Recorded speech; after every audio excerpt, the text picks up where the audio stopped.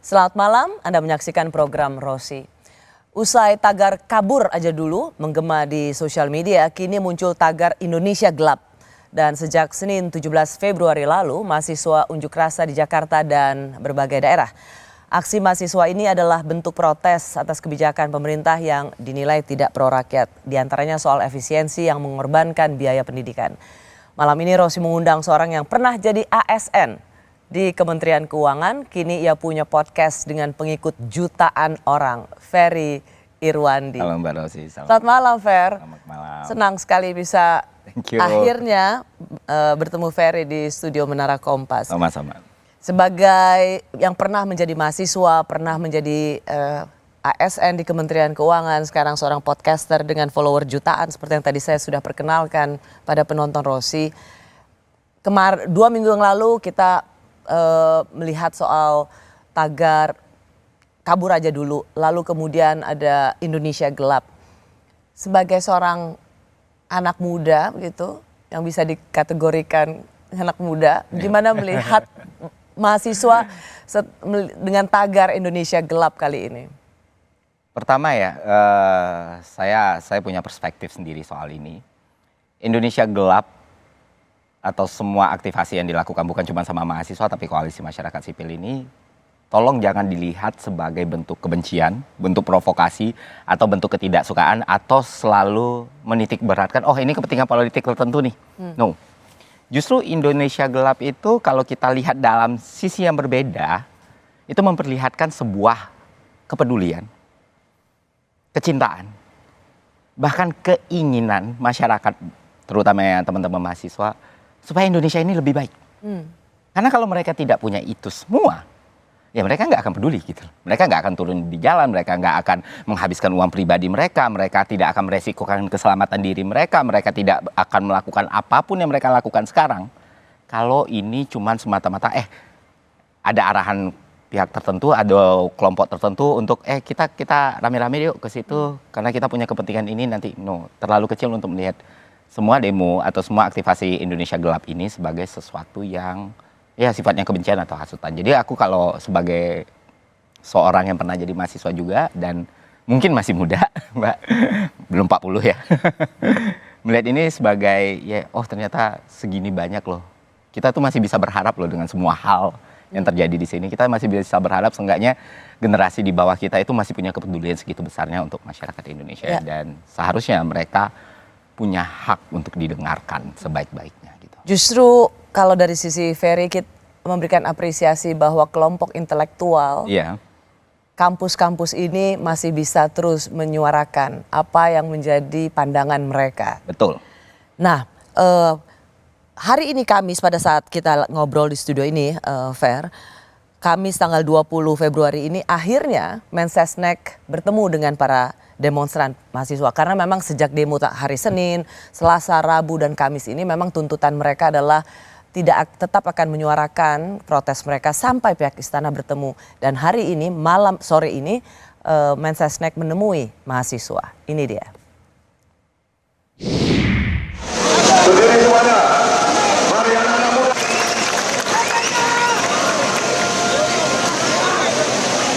Kawan semua, hari ini kita ambil dokumentasi dan kita ultimatum pihak istana. Apakah berani menjawab apa yang disampaikan tadi 2 kali 24 jam? Ingat media dicatat. Kita tunggu responnya. Semoga minggu depan kita benar-benar bisa berdialog ya. Terima kasih. Silakan media. 1, 2,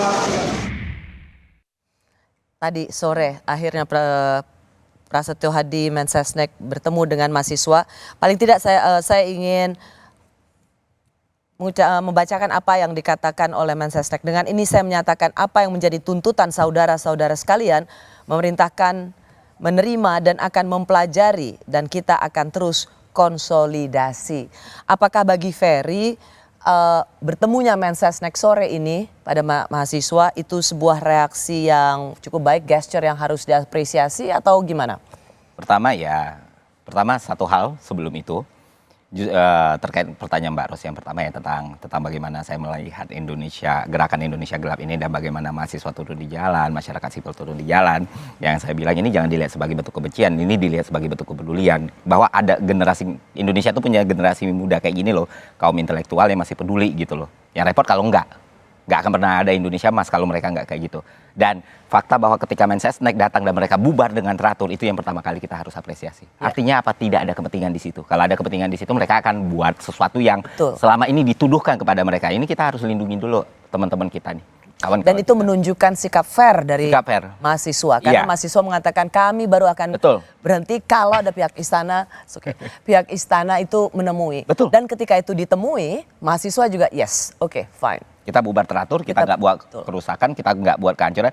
Kita datang ke sini bukan untuk dipukul, kita datang di sini bukan untuk ditembak, kita datang di sini bukan untuk merusuh, kita datang di sini memenuhi hak dan kewajiban kita sebagai bagian dari Indonesia untuk menyuarakan apa yang ada di diri kita kepada orang-orang yang emang sudah merupakan tugasnya untuk mendengarkan kita gitu. Dan itu buktinya, dan apresiasi juga lah kepada Pak Mensesnek yang udah mau datang ke situ. Itu iya jelas sesuatu yang harus diapresiasi. Kenapa saya tanyakan ini? Karena memang ada komunikasi politik yang harus lebih diperhatikan. Jadi ketika ada gerakan dari kelompok intelektual, mahasiswa, kabur aja dulu, kemudian direspon dengan kabur aja, nggak usah pulang sekalian. Atau Indonesia gelap, lalu dibilang kau yang gelap. Rasanya ini seperti justru menambah bensin ke dalam kobaran api yang kecil gitu. Dan mungkin menurutku Mbak, lebih besar lagi dampaknya. Karena gini, sebenarnya gini, di beberapa isu yang sedang... Maksud saya ini apinya kecil, jawaban kayak gitu kan apinya makin membesar. Bikin orang bete kalau mahasiswa bilang kan kesel gitu. Karena komunikasi publik yang dilakukan government kita kepada masyarakat, saya tidak melihat ini adalah sesuatu yang harus dipertahankan. Justru harus dievaluasi secara baik gitu loh. Misalnya kayak gini, buktinya seringkali pejabat atau seringkali orang-orang pemerintah itu melihat ini sebuah perang gitu loh. No, it's not. Kita itu sama gitu. Kita sama-sama ingin Indonesia lebih baik. Kita juga ingin sama-sama nggak perlu kabur supaya kita ngerasakan namanya kesejahteraan, kenyamanan, dan lain sebagainya. Tapi kenapa ini dilihat sebagai ketika komunikasi itu tidak disampaikan dengan baik, bukan melihat substansi kenapa orang tidak bisa menerima itu dengan baik, tapi yang dipikirkan adalah bagaimana mengolah isu ini untuk dilawan dan di head to head. Jadi Anda melihat misalnya ada... di sosial media ada Indonesia gelap, lalu kemudian dilawan dengan Indonesia terang atau Indonesia cerah gitu. Apa yang kita lawan gitu? Apa yang pemerintah lawan? Seharusnya ini tidak dilawan gitu loh. Ini tidak dilawan. Sedang berperang dengan apa kita? Kita sama-sama peduli dengan Indonesia seharusnya. Dan yang idealnya adalah pemerintah kita, government kita, ketika ada hal-hal seperti ini, justru melihat nih, kenapa sih sebenarnya program on the paper yang seharusnya bagus, efisiensi anggaran, kita semua tahu itu program yang bagus, super holding berhasil di berbagai negara, ya Temasek gitu kan, contohnya, walaupun dengan in and out-nya ya, dengan volatilitasnya, atau bahkan mungkin kemarin yang efisiensi, bahkan mungkin makan bergizi gratis yang diterapkan juga itu bukan sesuatu yang uncommon di negara-negara lain. Tapi kenapa di Indonesia, sentimennya kok negatif ya? Seharusnya ini kan jadi PR besar nih. Ada yang salah dalam PR kita, dalam cara pemerintah menyampaikan atau substansinya atau yang ditunjukkan dan diproyeksikan atau dipresentasikan dalam semua prosesnya. Bukan soal setiap kali ada kritik, setiap kali ada sentimen negatif, selalu dilihat, ini pasti ada kepentingan tertentu. Maka nggak akan pernah beres, Mbak. Menarik sekali apa yang dikatakan oleh Ferry. Sebenarnya ini kebijakan-kebijakan yang bagus, tetapi kenapa diterima dengan negatif? Bisa jadi karena pola komunikasinya yang one off. One off Pola komunikasinya. Aku kasih contoh simpel gini, Mbak. Kita izin, mungkin ini agak sedikit panjang, tapi aku jelaskan. Kita ambil aja lah program-program yang udah pernah digunain pemerintah atau dipakai pemerintah atau yang udah disounding sama pemerintah. Kita nggak usah tambahin atau kurangin program yang lain dengan komposisi yang ada. Dan kita bakal bisa tahu nih, kita bakal sangat gampang lihat dampaknya mungkin akan sangat berbeda. Oke, pemerintah punya apa? PPN 12%. Pemerintah punya apa? Efisiensi anggaran. Pemerintah punya apa? Makan siang gratis. Pemerintah punya apa? Dan antara. Nih, anggaplah kita ambil sampel itu dari 4 program dan tinggal komposisinya kita ambil. Bayangkan ketika pelantikan kabinet dibuat pemerintah baru naik. Hal pertama yang dilakukan government adalah melakukan efisiensi anggaran, tapi bukan untuk pelaksana umbi-umbian, nih istilah anak PNS dulu yang non eselon itu umbi-umbian, bukan untuk kegiatan operasional yang umbi-umbian atau ngambil jatah-jatah hal-hal yang emang benar-benar mereka. Aku sebagai ASN, dan sekarang bukan ASN lagi, aku udah ngerasain bagaimana jadi ASN di salah satu kementerian yang dianggap paling settle, dan itu pun nggak yang terlalu besar seperti anggapan masyarakat gitu, cukup, tapi nggak akan bisa bikin kita punya rumah di tahunku Jakarta pun sulit gitu untuk asli, untuk cash atau segala macam. Artinya mereka itu punyanya segitu. Sekarang banyak hal-hal yang dipotong dari mereka, dan kita harus ngelihat mereka deh. Sementara di sisi yang lain kita ngelihat mobil patwal, ngawal mobil pejabat, Lexus yang harganya 3,8 M, kalau versi VIP-nya bisa sampai 4,2 M. Patwal 2 ngawal mobil pejabat di tengah kemacetan dan tidak ada pejabatnya. Tidak ada pejabatnya. Operasionalnya, fasilitasnya, tukang kebunnya, satpamnya, security-nya, kemewahan hotelnya yang berbeda dengan pelaksana yang lain. Itu tidak diganggu gugat. Yang diganggu gugat, yang selalu dibilang efisiensi adalah apa yang para PNS kecil ini yang duit gajinya cuma tutup lubang, gali lubang, mereka yang ngerasain dampaknya. Bukan anggota legislatifnya, bukan menteri wamen, staf susnya, ini mereka yang paling terdampak. Tidak ada pemotongan tunjangan untuk pejabat, tidak ada pemotongan hal-hal lain seperti itu yang kena, ya, yang selalu yang dibicarakan oleh PNS saya sebut lagi umbi. Kami dapat THR nggak ya? Gaji 314 gimana ya? Ketakutan seperti itu yang terjadi. Bayangkan kalau ini kita shifting aja, cuman posnya sedikit. Pemerintah berhasil nunjukin political will yang bagus. Oke, kita butuh dana banyak karena kita mau buat sesuatu yang besar. Dan kita butuh melakukan ini. Karena kalau kita nggak bisa ngejar pertumbuhan ekonomi 6-7%, kita nggak akan pernah naik pendapatan per kapita 4.580 sampai ke 13.680. Makanya dibutuhkan satu langkah-langkah yang harus kita lakukan. Nah, hal langkah pertama adalah kita akan melakukan efisiensi anggaran dengan mengurangi fasilitas pejabat-pejabat mewah. Yang mana tanpa fasilitas itu kehidupan mereka udah enak. Tidak akan mengurangi apapun dari kehidupan mereka. RI 36 yang kemarin jadi masalah, tanpa mobil Lexus itu yang bahkan tidak ada di LHKPN, dia masih punya banyak lagi mobil lain yang bisa dia pakai gitu. Nggak mengurangin apapun. Political will-nya bagus, sentimen masyarakat bagus, dan ketika misalnya, oh ternyata ini belum cukup nih, kita harus adjust ya PPN-nya, tax ratio kita tuh masih lemah loh. Masyarakat kita itu masih berada di sektor informal. Bagaimana kalau kita geser ke sini nih, bisa nggak masyarakat bantu? Satu move aja. Nggak akan ada penolakan segitu besar ya. And then setelahnya apa, makan siang gratis, dibuat secara berkala gitu. Nggak yang langsung berat, tapi dimulai dari daerah terluar misalnya, yang emang benar-benar butuh. Itu kan nggak perlu kita singkirkan kan. Ya, makan siang gratis itu bukan satu program yang sejelek itu, no. Itu dilakukan banyak di negara. Tapi dimulai dari daerah-daerah terluar Indonesia yang emang benar-benar butuh, disesuaikan. Gak dibikin rantai birokrasinya sepanjang itu, disesuaikan. Misalnya daerah yang benar-benar gak ada apa-apa, dibuat dapur umum di sana langsung kayak gitu. Selama itu diberitakan, diinformasikan dengan benar, masyarakat tahu, oh duit gue dipakai dengan benar. Ini kita masih bicara program yang exactly sama. Maka solidaritas untuk bersama-sama dengan gerakan pemerintah itu akan ada. Akan ada. Dan ketika semua ini dibuat, maka gak akan ada yang namanya Indonesia gelap ini muncul. Kita cuma perlu itu. Dan itu semua nggak bisa terwujud karena setiap suara dari masyarakat itu dianggap penolakan, dianggap kritik, dianggap anti. Justru saya menyuarakan hal seperti ini dengan semua resiko yang nantinya muncul. Adalah bentuk saya betapa saya sangat-sangat mendukung Indonesia ini menjadi negara yang baik. Dan kita masih ada pemerintahan. Dan salah satu bentuk dukungan adalah kritik yang objektif. Itu yang sulit dipahami oleh semua orang di dunia ini.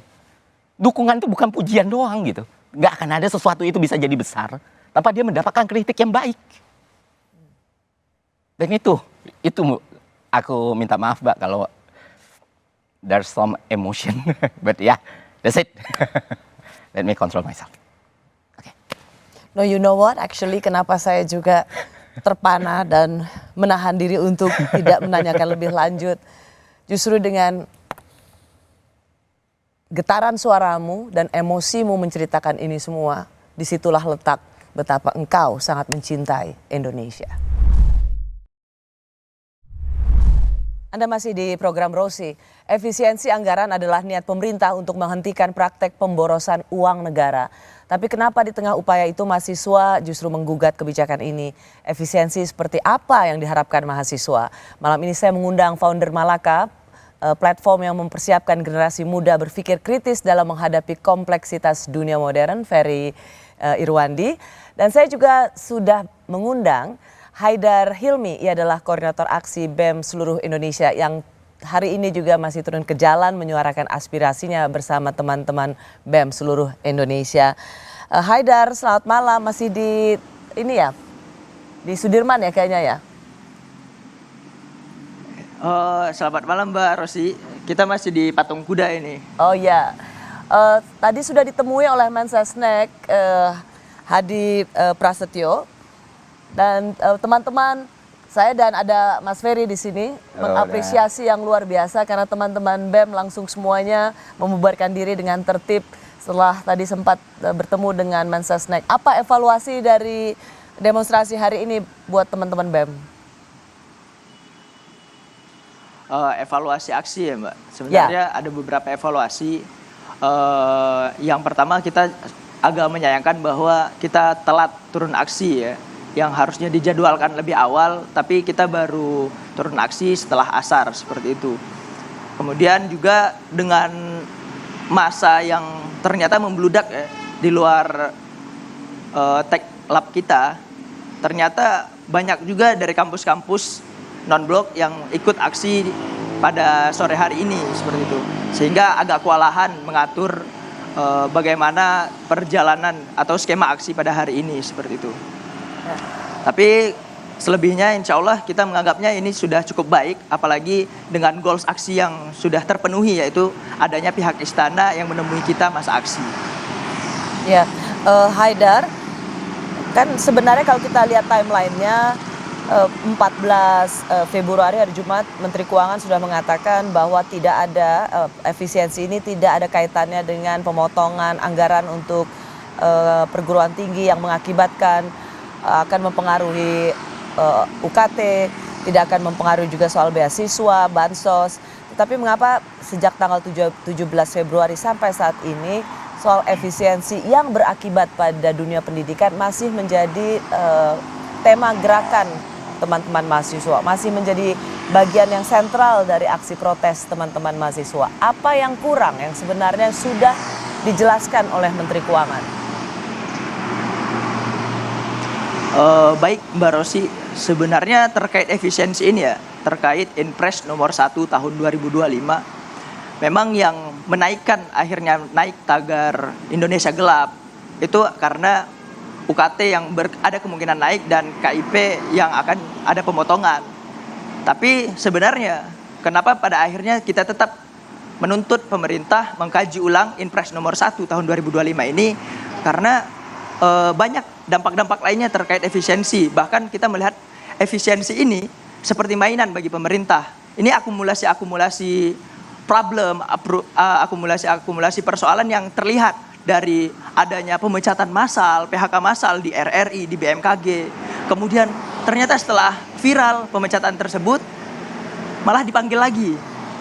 Sudah dirumahkan dipanggil lagi. Kemudian terkait pendidikan, UKT dan KIP yang kemudian ada statement dari Dikti Saintek bahwa UKT kemungkinan naik, KIP akan ada pemotongan. Tapi setelah itu 1-2 hari kemudian statement dari Sri Mulyani mengatakan bahwa KIP nggak akan ada pemotongan, UKT nggak akan ada kenaikan. Itu menunjukkan bahwa statement satu antar pemerintah, antar lembaga pemerintahan ini berbeda. Ini kami menganggapnya bahwa Inpres ini masih kayak mainan. Kajiannya belum mendalam, maka dari itu tuntutan kami adalah kaji ulang Inpres nomor 1 tahun 2025. Kita tidak menolak efisiensi ini, tapi kita menuntut kepada pemerintah bahwa dikaji ulang kembali Inpres nomor 1 tahun 2025 ini, supaya benar-benar tepat sasaran. Kita juga melihat bagaimana akumulasi ini juga. Haidar, ya, saya supaya clear, yang ingin diperjuangkan mahasiswa ini soal efisiensi supaya tepat sasaran, supaya jangan salah sangka bahwa mahasiswa menolak efisiensi ketika kita juga itu sudah menjadi pengetahuan umum, banyak sekali kebocoran yang justru akibatnya kan merugikan rakyat. Sebenarnya kami dari mahasiswa itu menyambut baik terkait efisiensi ini apabila dia tepat sasaran. Makanya kami dalam tuntutan adalah kaji ulang, bukan menolak efisiensi, Mbak. Oke, Nah, ya clear karena ya di kita situ melihat, ya, supaya jangan efisiensi ada ini- kesan gerakan mahasiswa ini seperti menolak efisiensi, dan padahal kita tahu bahwa Betul. memang selalu ada kebocoran di APBN. Haidar, karena Anda tadi mengatakan sebagai seorang yang selalu mengikuti podcast Malaka Project, saya berikan kesempatan untuk Ferry. Ferry pengen ngobrol apa sama Haidar? Halo Haidar, Halo Halo. Mas Ferry, selamat malam. selamat malam. Itu teman-temannya udah dicek satu-satu nggak? Ada semua nggak? Kita sudah cek kondisi internal masing-masing kampus, Mas. Oke, kalau misalnya masih ada nama atau teman atau kawan yang belum ketemu, tolong dicari. Koordinasi sama teman-teman yang lain. Siap. Datang utuh, pulang utuh. Jangan lupa makan. Jangan lupa istirahat Oke, yang siap Mas. banyak. Terima kasih pesannya. Sama, ya udah, terima kasih. Udah. Jangan lupa makan, Oke. jangan lupa istirahat. Baik Itu Mas, terima kasih kembali ya. pengingat yang baik, tapi pergi utuh pulang utuh, saya sendiri langsung jadi agak ketakutan deh itu pengingatnya. Iya, kadang aku mikir ya Mbak, the best fight yang bisa dilakukan adalah yang pertama jelas bertahan hidup. Ya, Haidar Hilmi, terima kasih banyak ya, salam untuk teman-teman. Saya mau tanya, kan hari ini katanya puncak dari aksi demo. Apakah besok juga teman-teman masih akan turun atau berhubung message-nya sudah diserahkan, sekarang tinggal menunggu pemerintah untuk menjawab apa yang menjadi aspirasi mahasiswa? Untuk besok ya. Karena besok itu adalah seruan aksi dari Aliansi Warga Sipil ya. Kita tidak menutup kemungkinan bisa turun juga. Walaupun secara dari aliansi kita tidak ada seruan atau tidak ada arahan, tapi kita tidak menutup bagi teman-teman mahasiswa yang ingin turun untuk diperbolehkan, silahkan turun, silahkan tetap menyuarakan aspirasi masyarakat bersama masyarakat sipil langsung, seperti itu. Baik, oke, terima kasih banyak ya Haidar Hilmi, Koordinator Aksi BEM seluruh Indonesia. Salam untuk teman-teman BEM. Baik, Mbak. Nah, tadi soal efisiensi, clear mahasiswa bahwa mereka tidak menolak soal efisiensinya, karena kita semua tahu lah dengan efisiensi itu sesuatu yang diperlukan. Tapi tadi Ferry sudah menjelaskan dengan sangat rinci. Cuman begini, kan ini pada tanggal 14 Februari Ibu Sri Mulyani sudah mengatakan tidak ada pemotongan atau efisiensi yang berakibat pada pemotongan UKT. Ya. Tapi kenapa dari kacamata Ferry ini masih tetap dianggap sesuatu yang belum firm sehingga menimbulkan mahasiswa tetap turun ke jalan dari Senin, Selasa, Rabu dan Kamis ini. Plus Mendikti-Saintek diganti meskipun kemudian kemarin Profesor Satrio mengatakan ia mengundurkan diri. Apakah protes mahasiswa yang kemudian berujung pada kegaduhan menjadikan Menristek Prof Satrio Brojonegoro itu sebagai tumbal? Oke, menarik ya, karena kan berarti yang kita bahas sudah masuk ke spektrum politik nih Pak sedikit. Karena kan soal pergantian jabatan, pengganti sosok dan lain sebagainya, terkait isu juga gitu. Dari kacamata saya kenapa ini menjadi satu sorotan walaupun udah ada keluar clear statement dari Bu Sri Mulyani Indrawati. Halo Bu, kalau menonton video ini saya. Jadi itu udah Mantan anak buah. Mantan anak buah Bu. Udah keluar statement kalau itu tidak mengganggu UKT atau KIP, tapi kenapa masyarakat terutama mahasiswa masih sangat worry atas itu?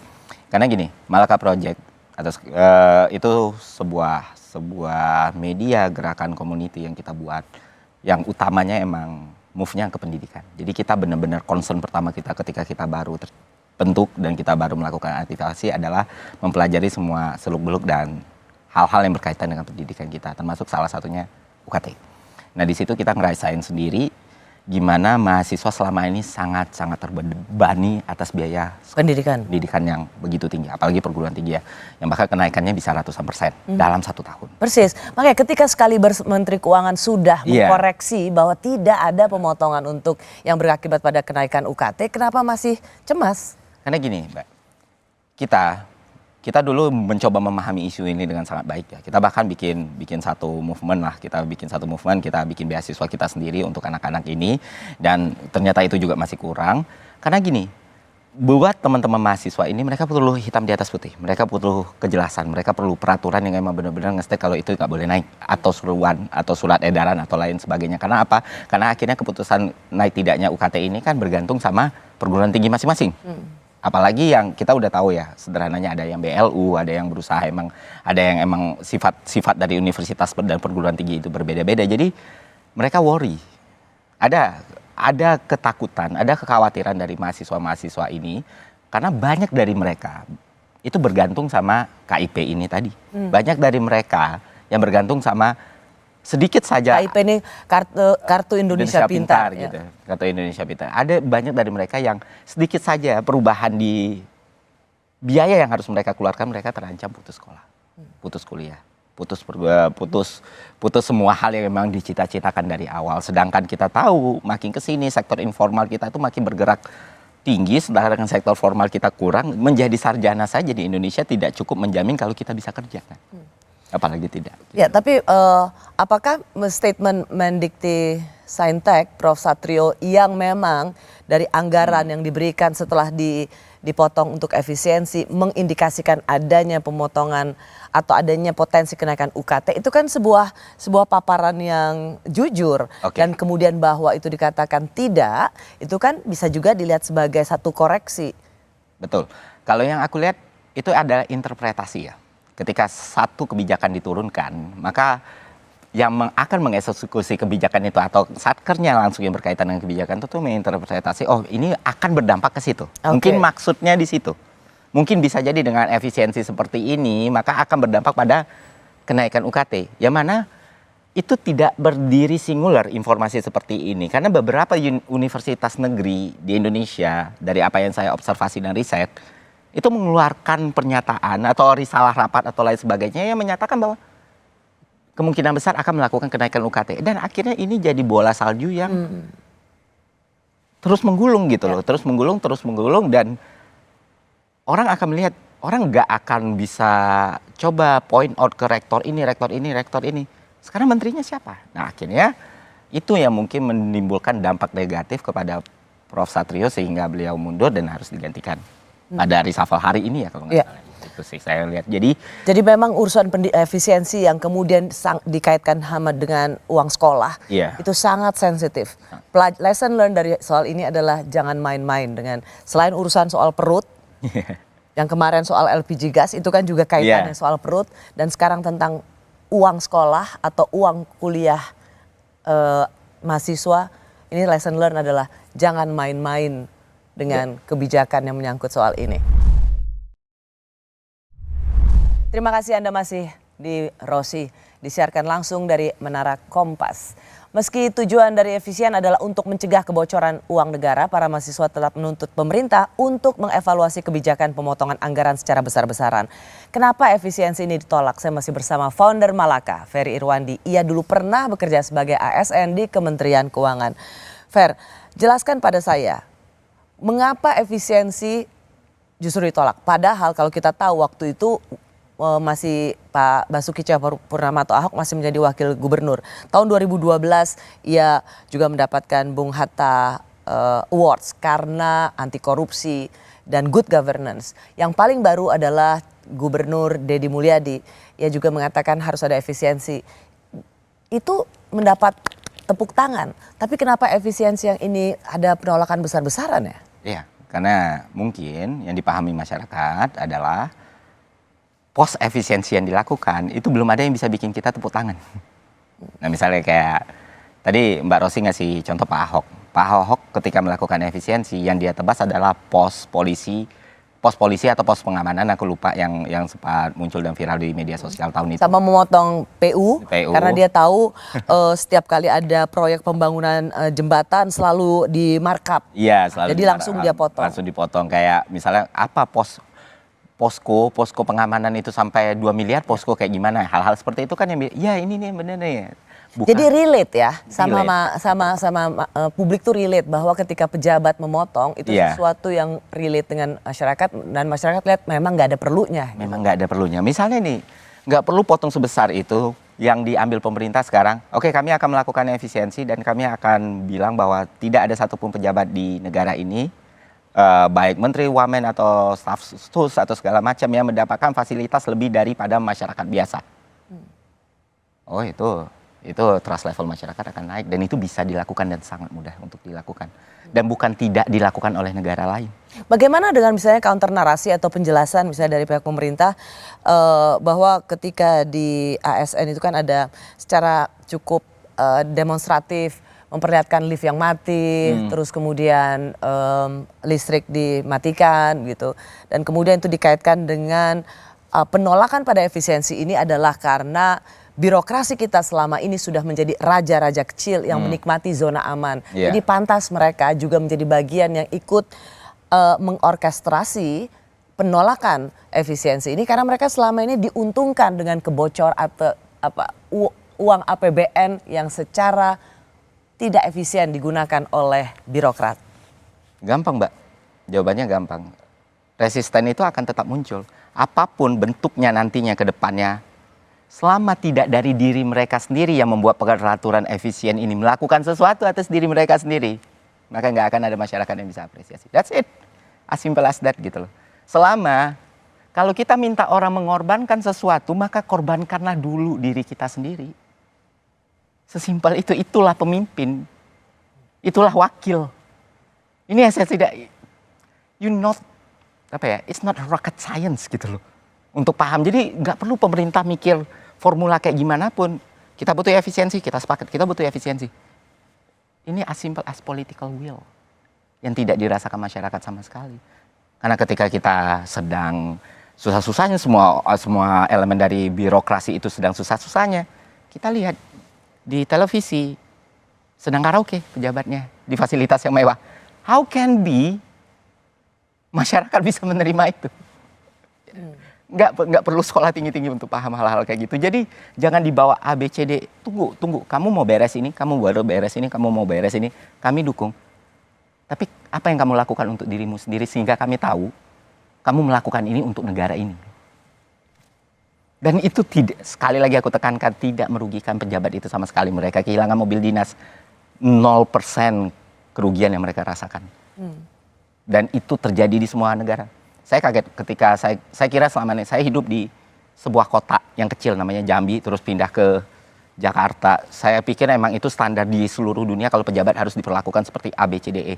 Once kita keluar negeri, kita bisa melihat menteri di transportasi umum. Kita bisa lihat wakil menteri membaur dengan masyarakat, tidak mendapatkan fasilitas rumah dinas. Di Swedia di negara-negara Skandinavia atau di negara yang kita bisa bandingkan, Vietnam sekalipun.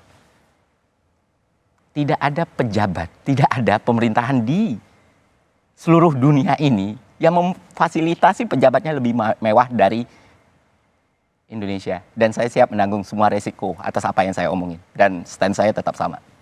That's it. Namun juga tentang pemborosan atau hal-hal yang memang tidak